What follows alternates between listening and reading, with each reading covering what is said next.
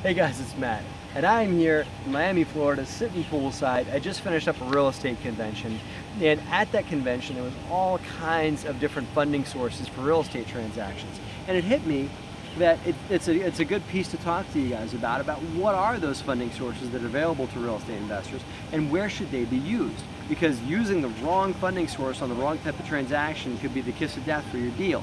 So let's talk about it. So at the top of the list, you've got your own money, okay? And what I would say is if you have your own money to do on your real estate deals, you should use it to develop yourself a track record, because you're going to be easily funded by more people, by more private lenders or more whatever other folks we're going to talk about if you have a track record. If you're approaching one of these other lending sources we're going to discuss, and it's your very first deal, there's going to be a certain level of trust that they're not going to have for you. So if you have your own capital and your own credit, use that on your initial deals. So that's number one.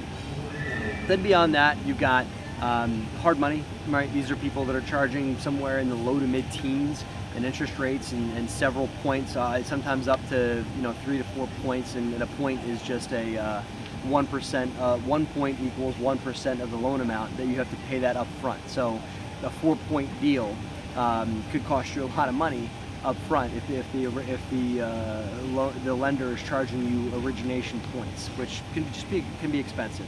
Hard money lenders typically charge on a monthly basis is how often they require their payments and everything like that. So just there's nothing wrong with hard money. It's very expensive, and if you don't have other funding sources yet, it's a good step two in doing a transaction.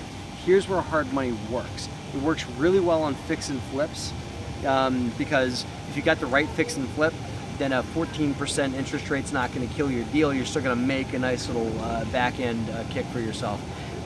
It also works, but you got to make sure that you've got the other side of it lined up. It works on a buy, fix, and refinance in bigger pockets, because I think Brandon calls it the BRR, right?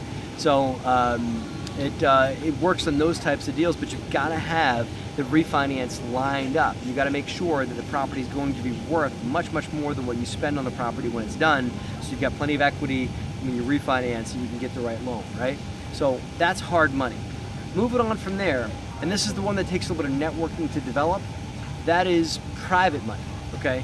That, once you've developed that track record by maybe doing a few hard money deals and maybe doing a few deals with your own money, you can approach people that are in your local network to say, hey, listen, I am a real estate investor. Even if you have another job, a full-time job or whatever it is, you're also investing in real estate. Here's a track record of deals that I've done, and you should lend your self-directed IRA or equity you have in your home and money you have sitting in a savings account to me or whatever it is, and you negotiate a great interest on the loan for yourself and everything like that. That's called a private loan. There's a ton of stuff on BP on what you want to negotiate. The thing that I like to do for myself, for my private loans, is I like to negotiate that the payments aren't due until the deal is complete. So if we're doing a fix and flip, the payments aren't due until the deal sells, or the payments aren't due until the deal refinances or whatever it may be, because then it aids me in keeping my cash flow up and not having to shell out that monthly payment every month. So that's a private loan. Not so much at this real estate convention, but it's something that you guys can manifest if you've got a certain track record of people to show that you've got some success behind you, right? Then behind all that, you've got just straight loans, okay? And then there's one more, the really good one that we're going to talk about. But before we talk about that, let's talk about loans. Those loans come from institutions like banks or organizations like that are just lending you the money in some form or fashion, whether it's like a small community bank in your local neighborhood that's lending you at, in today's market, it's 2016, so you might be able to get the money for in the mid to low threes if you got the right relationship, or even in the 4% range. There's also banks they're still a bank, but they'll lend to you just based on the asset, not looking at your personal financials at all, and they'll loan to you somewhere between 5 to 7%. And then some of them are advertisers on bigger pockets, you should be able to find them too. But those are long-term lenders, long-term amortized loans where a certain percentage of the monthly payment that you make goes to pay that loan down over time. That's a long, stabilized loan that you guys want to do. That loan is good for long-term rentals.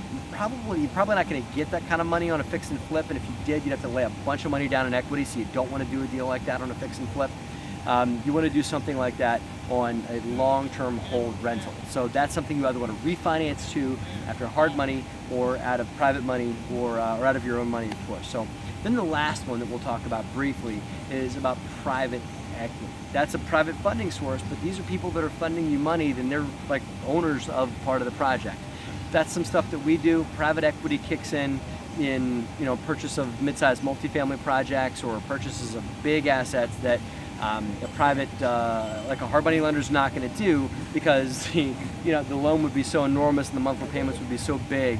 On that size purchase, you wouldn't want to do it, right? So private equity comes in to help you buy bigger assets with not all your own money once you've got a track record built up, guys. So again, just a glazing of all the different types of capital, but being at this real estate convention in beautiful here in Miami, Florida, inspired me to talk to you guys about all the different places you can get money in the world and how to utilize it. So I hope that was of value. Please leave a comment below. Let's have some conversations about different types of money and where to apply it in your real estate business. Thanks for watching.